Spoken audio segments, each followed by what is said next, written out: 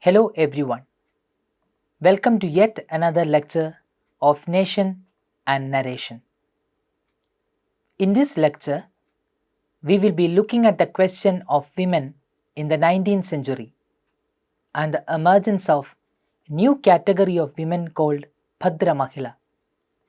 The ideas that are used in this lecture are primarily drawn from Partho Chatterjee's famous essay Colonialism, Nationalism and Colonized Women. The contest in India. We already saw in our previous lectures that the colonial administration in India was ideologically warranted by portraying India as a land of administrative anarchy. The natives were made to believe that the contemporary India is in a very bad shape and the Indians are incapable of effecting a positive change here on their own. The colonial administration opined that only the West can now help India revive from its current dilemma through a civilizing mission. To justify their civilizing mission, which was in fact a cover to hide their imperial agenda, the colonizers embarked on a mission to portray Indian social customs as degenerate and barbaric. The colonial masters presented that the Indian customs and traditions, sanctioned by religion, always mistreated women. To present Indian tradition as essentially cruel to women, colonial masters always made it a point to foreground a series of atrocities meted out to Indian women by Indian men. Here, we should particularly need to note that the pitiful condition of Indian women was not portrayed as the direct result of the actions of any specific men or social classes, but as the result of certain larger systemic injustices embedded in scriptural canons and ritual practices. The imperial masters further argued that these traditional practices that mistreated women were always sanctioned within a religious framework and were made to appear to both perpetrators and victims as essential to their moral conduct. By assuming a position of sympathy towards the supposedly unfree and opposed women of India, colonial discourses transformed the Indian woman into a symbol of country's inherently oppressive and unfree cultural tradition. We should remember that the common assumption that underpinned all these efforts was that Indians must ultimately come to see their traditional customs and practices as unworthy and should willingly adopt the values of a civilized and rational social order. The native intelligentsia also believed that the condition of the Indian woman needs to be improved. But the real question was how to transform Indian woman's condition. Can we allow the colonizers transform the identity of Indian woman from mere victims to empowered entities? Initially, seeking the help of the colonizers to improve the condition of Indian woman through legislative activities such as the laws abolishing sati, etc., were considered a very viable option. These approaches to improve Indian women's pitiful condition ranged from the proselytization of Christian missionaries to legislative and administrative efforts on the part of the colonial state. It was thought that the gradual dissemination of Western knowledge and the legal move from the colonial government and masters will eventually solve the problem. Although the native intellectuals initially acknowledged and appreciated the role of the reforms in this regard, they soon came to the conclusion that they should take the matters into their hands, as opposed to considering the colonial government as the sole agent of change in India's cultural realm. The primary reason behind taking such a decision was that women's question was something that concerns the domestic affair of Indian society. So, the nationalist intelligentsia decided to fashion a new model of women that suits the requirements of modernity. This new category of woman that the nationalist intelligentsia molded significantly differed from the traditional Indian woman, lower class woman, and the Western woman. Before we analyze the image of the ideal Indian woman envisioned by the nationalist intelligentsia, let's first examine the criticisms against these three categories of women, namely traditional Indian woman, lower class woman, and the Western woman. First, let's examine the criticisms against the traditional Indian woman. Traditional Indian women were often seen as helpless and stuck in strict cultural rules. They were expected to follow gender roles, stay at home, and give up their own dreams. It was presented that they had little access to education or money, and religious and social ideas often told them to be quiet, obedient, and self sacrificing.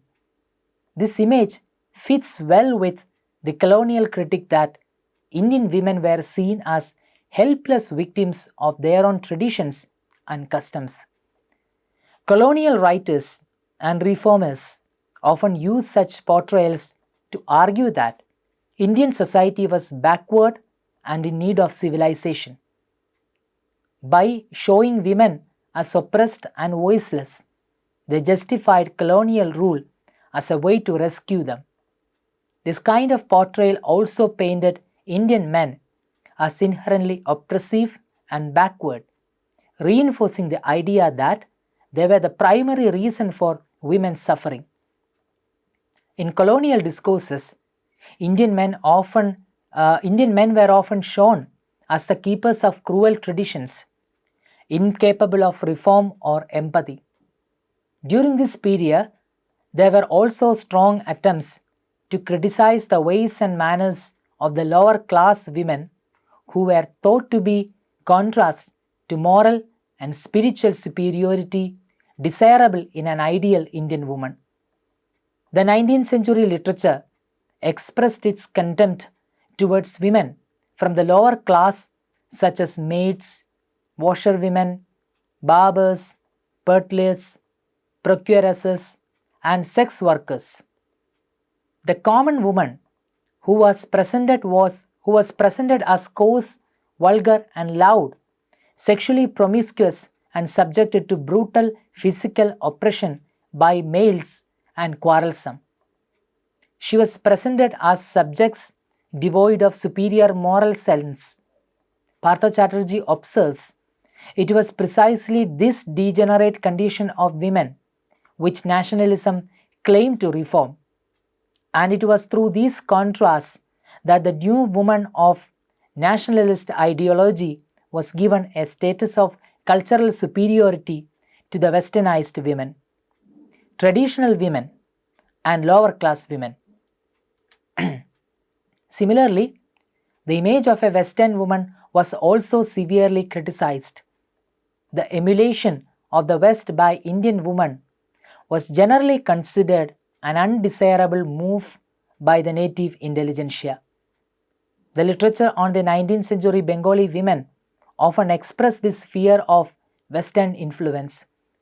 The Indian woman who emulated the West was portrayed as an object of ridicule and humor. Social parody was widely used as a common way to spread the notion that an Indian woman should never go for complete emulation of Western culture. Writers and dramatists like Ishwarachandra Vidyasagar, Michael Madhusudan Dutt, Dinabandhu Mitra, and others explored this theme extensively in their works. the audience, both men and women, found it extremely amusing and morally satisfying. But we should know that the attempts for a total assimilation with the West was mostly an exaggerated idea that did not really exist.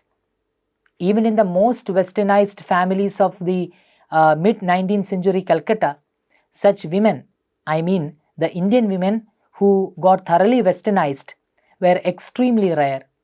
Still, these portrayals criticized new clothing like blouses, petticoats, and shoes. Ironically, these covered the body more than the traditional single length sari worn by all Bengali women before the mid 19th century. These criticisms often targeted Western cosmetics, jewelry, reading novels, needlework, and riding in open carriages. Many believed that women's assimilation with the Western cultural values encouraged laziness and wastefulness. The general conception was that westernized women cared more about luxury than their homes. To highlight this point, Chatterjee quotes from Buddhadev Mukhopadhyay's famous essays on the family, published in 1882. According to Buddhadev Mukhopadhyay, because of our hankering for the external glitter and ostentation of English way of life, an upheaval is underway within our homes. The men learn English and become sahibs. The women do not learn English but nevertheless try to become bibis. In households which manage an income of 100 rupees, the women no longer cook, sweep, or make the bed. Everything is done by servants and maids. The women only read books, sew carpets, and play cards. What is the result? The house and the furniture get untidy. The meals become poor. The health of every member of the family is ruined. Children are born weak and rickety.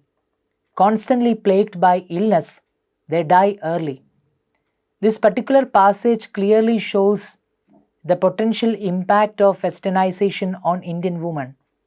Mukhopadhyay says that women are not supposed to emulate Western ways and manners in the domestic sphere. In the early 19th century, parody and satire defended tradition and completely rejected new ideas. We should remember that this was a period when the concept of nationalism was not yet fully developed in the Indian context.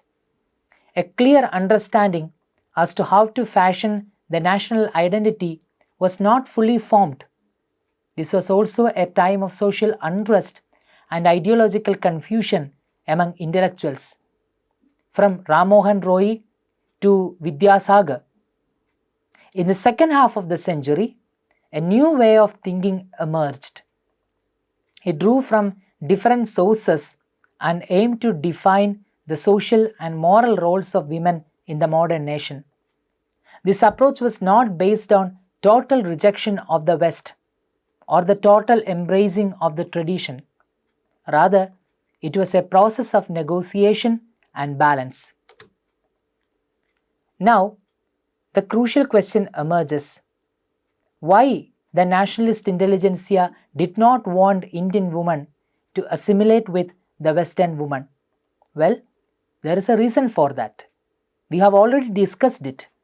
We have seen in our previous lectures that the Western intervention was encouraged only in the material realm of society, while the domestic sphere was declared as the sovereign territory of the Indian culture.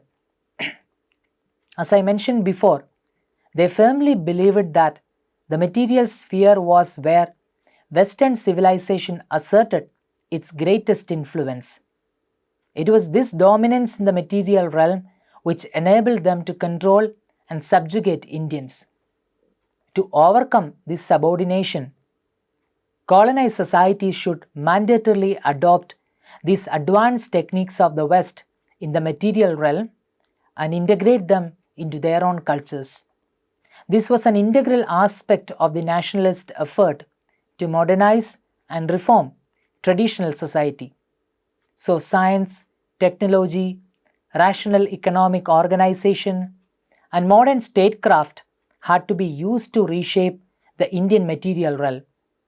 But the complete imitation of the West was highly discouraged, especially in the domestic realm, which was considered spiritual. The nationalist intelligentsia strongly believed that a complete assimilation with the West would erase the very distinction between East and West and would threaten the self-identity of the national culture. Chatterjee's observation in this regard merits special attention. According to him, the Indian nationalists in the late 19th century argued not only was it undesirable to imitate the West in anything other than the material aspects of life, it was even unnecessary to do so because in the spiritual domain the East was superior to the West. What was necessary was to cultivate the material techniques of modern Western civilization while retaining and strengthening the distinctive spiritual essence of the national culture. This completed the formulation of the nationalist project, and as an ideological justification for selective appropriation of Western modernity, it continues to hold sway to this date. We should particularly need to remember that nationalism was not merely a political struggle for Swaraj. It was also tied to the nation's quest for fashioning a new cultural identity that is modern but not Western. At every step, a crucial scrutiny was made to decide what to adopt from the West and what to reject. Nationalist intelligentsia strongly argued that the material world existed outside of us. It was conceived as an external realm that has direct influence upon the domestic or spiritual space. So, the emulation of the West in the material realm was considered non-problematic. In contrast, the spiritual realm or the domestic realm played a crucial role in shaping our life and character. The domestic or the spiritual was thought to be the true essence of the self or the core of India's identity. The nationalists opined that if India preserves its spiritual distinctiveness, then it can accommodate and adjust to the demands of modern material life without compromising its true nature. This framework provided nationalism with a means of addressing the complex challenges of social reform in the 19th century. It offered a resolution that allowed for modernization while maintaining cultural integrity. This ideological framework that warranted the selective appropriation of Western modernity still continues to shape the nationalist thought. In everyday life, the inner-outer distinction translates into a clear division of social space between Ghar or home and Bahir or the world. The world or Bahir was associated with material affairs, practical necessities, and ambition. It was typically seen as the domain of men. The home or Ghar, on the other hand, was the terrain of spiritual purity, untouched by the corrupting influences of Bahir or the material world. In this interesting framework, women came to represent the domestic realm or home, while men represented the external world. Women became the visible embodiments of this inner sanctum sanctorum. She was thought to be the symbol of the home's inviolable purity.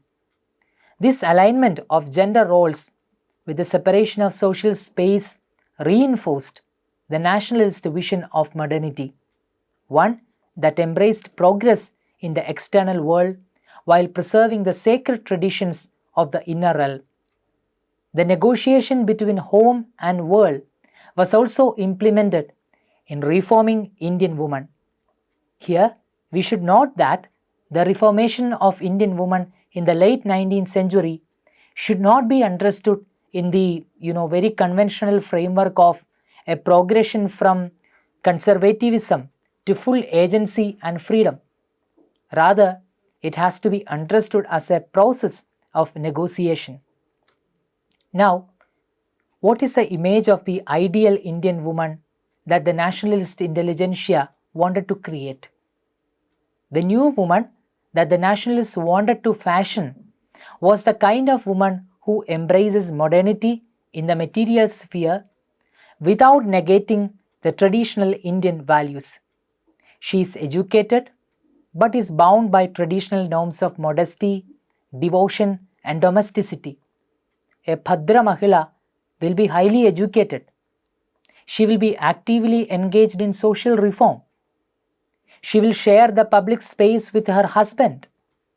She will travel by public conveyances, but she will always subordinate her public intellectual life to her role as a devoted wife and a mother. Unlike a modern Western woman who challenges gender norms, or unlike a traditional woman who effaces her position in public, a Bhadra Mahila operated along the liminal space of freedom and control. A Bhadra Mahila had only the compromised agency. Her empowerment was shaped and constrained by her role in the domestic sphere. She was given education and limited participation in the public sphere, hoping that she would uphold her traditional gender roles like that of a caregiver, nurturer, and so on. As opposed to westernized women or lower class women, a Bhadra Mahila was expected to represent national identity through her morality and self-discipline. Thus, she became a crucial symbol of cultural resistance against colonial rule. Education played a crucial role in the making of Bhadra Mahila. Here, we should note that she was given education not to emancipate her and make her aware of her rights, but to equip her to run the modern household. Chatterjee observes, education then was meant to inculcate in women the virtues, the virtues of orderliness, thrift, cleanliness, and a personal sense of responsibility, the practical skills of literacy, accounting and hygiene, and the ability to run the household according to the new physical and economic conditions set by the outside world. Kundamala Devi's observation that Chatterjee cites in this essay is worth exploring here. She says, if you have acquired real knowledge, then give no place in your heart to Mem Sahib like behavior. That is not becoming in a Bengali housewife. See how an educated woman can do housework thoughtfully and systematically in a way unknown to an ignorant, uneducated woman, and see how, if God had not appointed us to this place in the home, how unhappy a place the world would be. So the modernity of Bhadra Mahila was always contingent upon her devotion to the spiritual values. According to Chatterjee, once the essential femininity of women was fixed in terms of certain culturally visible spiritual qualities, they could go to schools, travel in public conveyances, watch public entertainment, and in time even take up employment outside home. The new woman, or Bhadra Mahila, as conceptualized by the native elites, was clearly a product of the new patriarchy that significantly differed from its predecessor, the old patriarchy. The older form of patriarchy exercised control over women through explicit mechanisms such as strict social norms, legal restrictions, and explicit dominance within the household and public life. It openly prevented women having autonomy and freedom and regulated them to subordinate roles with almost no space for negotiation. This kind of patriarchy was widely criticized, especially by colonial authorities. They firmly believed that the patriarchal forms in the colony was a clear manifestation of oppressive and regressive nature of indigenous traditions. To counter these charges, the native elites in the colony wanted to thoroughly reform the old patriarchy. Thus, a new form of patriarchy was formed. This does not mean that the newly reformed form of patriarchy did not aim to condition and control native women. Although it continued to curb women's agency, its operation was in a more subtle and indirect manner. Unlike the overt constraints of the old patriarchy, this new system allowed women to have education. They were given ample opportunities to participate in public events. But in spite of all this apparent celebration of women's freedom, it continued to confine women within an idealized, moralized, domestic sphere. The new patriarchy did not need to enforce control through explicit subjugation. Instead, it functioned through a cultural ideals, reinforcing the notion that a woman's true power lay in her role as the guardian of tradition and national identity. Although the new patriarchy appeared more progressive and liberating than the older systems, it was still a system of control. It clearly maintained male dominance by defining the limits of women's empowerment. Critics pointed out that by granting women limited freedom while keeping them bound to larger cultural ideals, the new patriarchy remained deeply oppressive.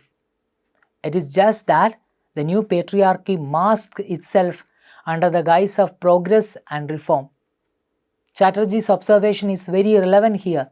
He is of the view that the new woman defined in this way was subjected to a new patriarchy.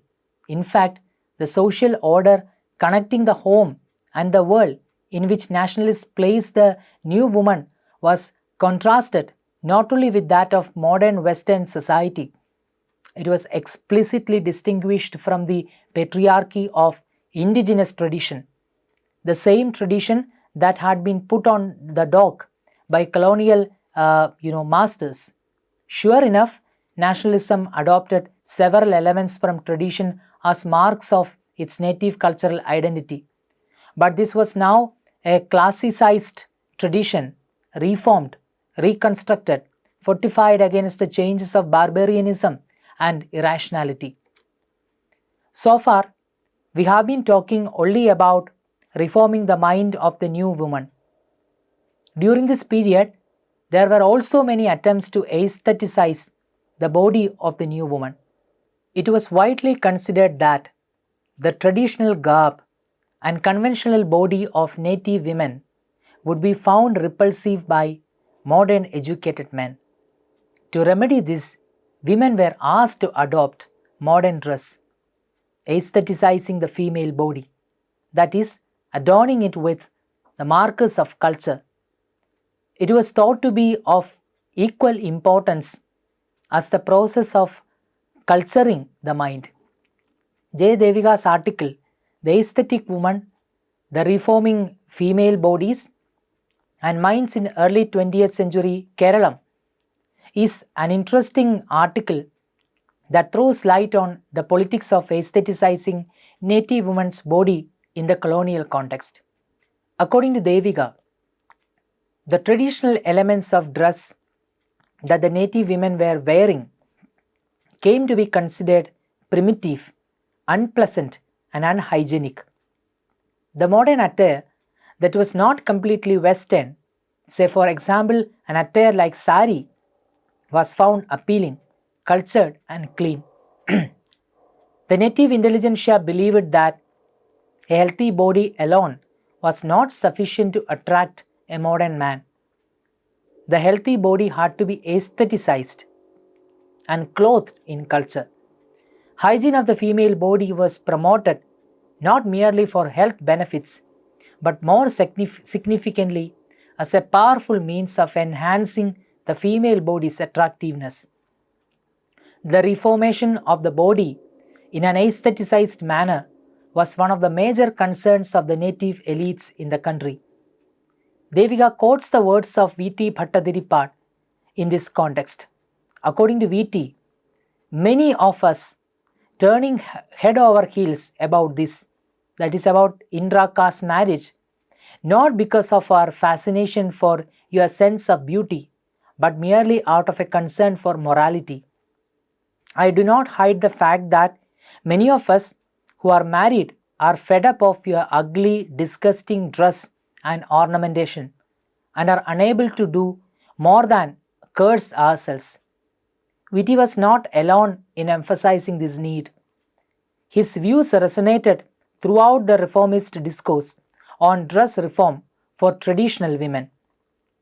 The aestheticized body was also considered a crucial element in solidifying the modern monogamous marital bond.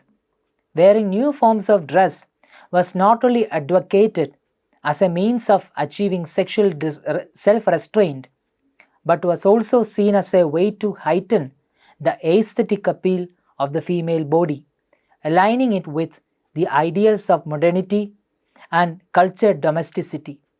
We will discuss this aspect in detail soon when we talk about the sartorial reforms in the colonial India. I hope you have understood all the major points that we have discussed so far. If you have any doubt, please rewatch the lecture and go through the transcript. Thank you.